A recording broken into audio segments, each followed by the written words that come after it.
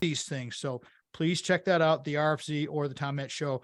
YouTube, we're having that as well. And they put little clips up there, kind of copying my guest, Robert Bryce, is doing such a good job that it's like, well, Robert's doing these things, and his LinkedIn 1-minute little clips are awesome. You want to check those out. His Power Hungry podcast is amazing. And his articles, books are great. I mean, what else can I say? I mean, all right, bud. So fear of nuclear, energy poverty. I've got so many notes here on all of this: land use, nuclear, coal, gas. Let's talk about energy in itself and just the thermodynamics of it. Is that the right word? Sure. Yeah. Can you talk about those and why these things we need to come to grips with all of it, please? Sure. Well, in my fourth book called Power Hungry, I talk about what I call the 4 imperatives: power density, energy density, cost, and scale. And those 4 factors determine the size and shape of our energy and power systems.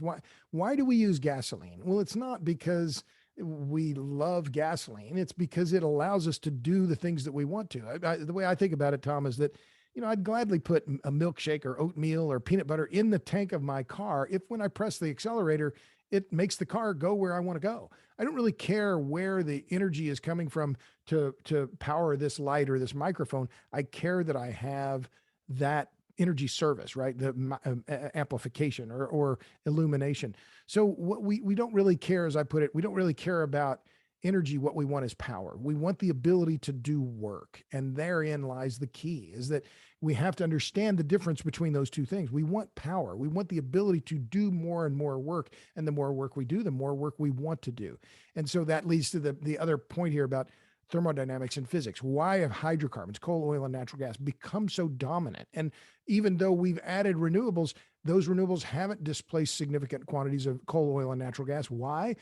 Because if I put it this way, if oil didn't exist, we'd have to invent it. It's a near miracle substance. So, I've written books on this, and it was a much longer discussion, but I think that's the gist of it, that people need to understand why energy density matters. And I could hold up a bottle of water and say, well, if I filled this with sawdust, well, that's some energy. But if I fill it with gasoline, well, that's a lot of power. That's a lot of energy contained in there. So these ultimately, our world and the energy that we use is decided by these basic physics metrics and their ability of these different energy sources to scale and to be affordable. And that's I think that's a pretty, I'll stop there because I could go on, Tom, believe me, but I think that's enough for now.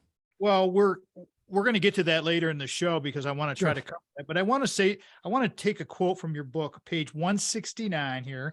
Robert had no idea I was going to go here with this, but this is just something I highlighted. Without a doubt, the biggest obstacle to the ongoing pace of electrification in the world and